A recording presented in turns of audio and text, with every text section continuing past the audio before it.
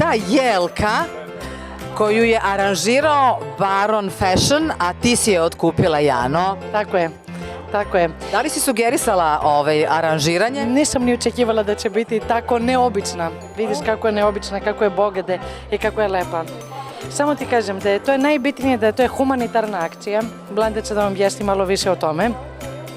Da se to pare, znači, koje se kupljaju od jelke, da svi kreatori su imali zadatak širom cele Srbije i u Beogradu i u Novom Sadu, ne znam koji još gradovi, mislim i u Nišu, gde god je Merkator, da postoje od svih kreatora neka jelka, to je izmišljeno, znači da te pare se daju u neko udruženje za decu ili obolele od raka ili na neku napuštenu decu i tako dalje.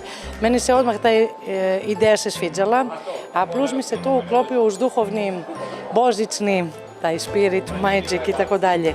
I ja bi apelovala da svi tako pomažu, da svi kupuju, da svi makar se osete humaniji i da svi hoće da učine nekome dobro, makar to treba stalno, ali makar za praznike. Sova za sreću, a sve su ti kugle od krzna.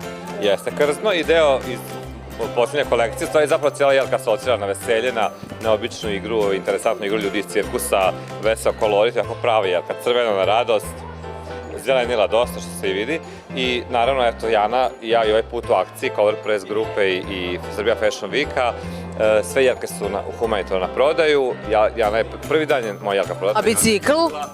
Bicikl nije na prodaju, to je samo kao eksponat ovde. Jel bicikl ide uz jelku, ne? Ne, tako da eto mi sad idemo sav prihod, nosimo deci, obolele od raka. Tamo si lepo ti sa nama da to sve zabeležiš. I viš ako je sve veselo razigrano, nadamo se da će ovo pomoći svima. Suzanin izbor je da doba davanja ne budu samo Božić i Nova godina, nego da to bude tokom cele godine. Suzanin izbor, pomoć drugima.